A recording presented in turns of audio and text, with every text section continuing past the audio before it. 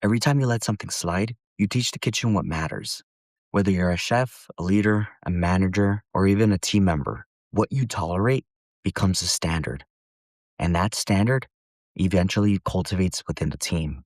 My name is Chef Ismael, and this is Chef Ismael's Kitchen Quest.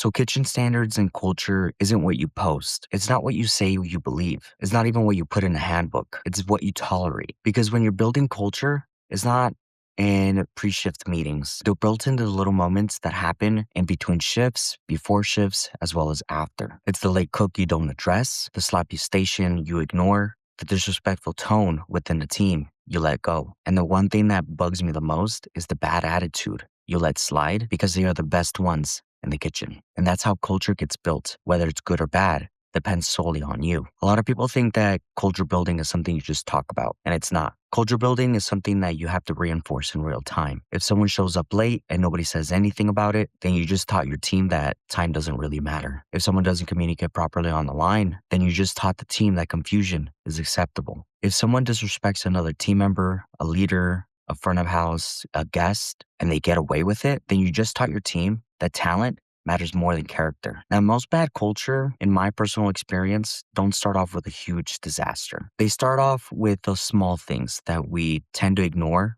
when we think it doesn't really matter. Sometimes the station doesn't get cleaned properly and we just let it slide because we're just too tired and we just want to go home after a long shift. The prep list isn't finished and we just say to ourselves, we'll just do it tomorrow. We have a lazy attitude and eventually we start to create excuses. And then when those happen, we start to create shortcuts. And as you can see, a slippery slope starts to happen. Over time, the kitchen will start drifting away because eventually the kitchen or the team overall is going to notice that standards, they become optional. And when that happens, everything starts to get weakened. The urgency, the communication, accountability, the pride in your work, it all goes away. And then one day, the team who really does care will start to wonder what happened to the team I got hired on. And worst case scenario, they end up leaving. Now, let me be clear.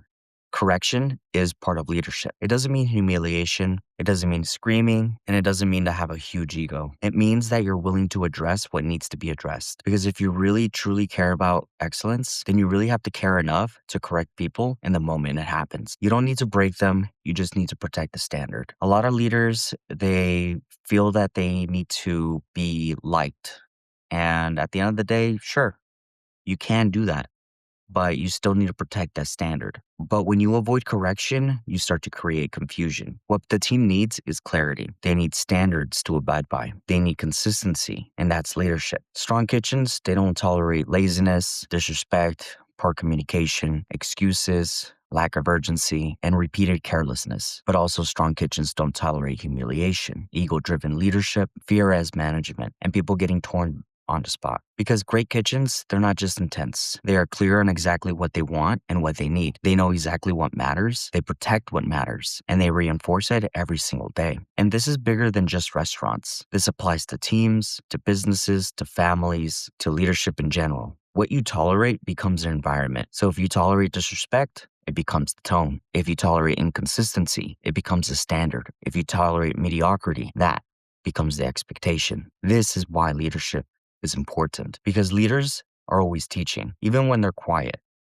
They're always watching. So if you want a stronger team, a stronger business, I want you to ask yourself one honest question. What am I tolerating right now that's shaping the culture of my team? Because if you let something slide, then you teach people what matters. So remember, what you tolerate becomes the culture. My name is Chef Ismael.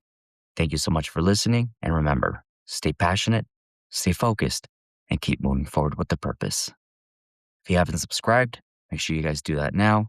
And if you're listening on Spotify, give us a follow. We've already hit 50 followers, so extremely happy for people who have downloaded and shared this podcast. So thank you so much.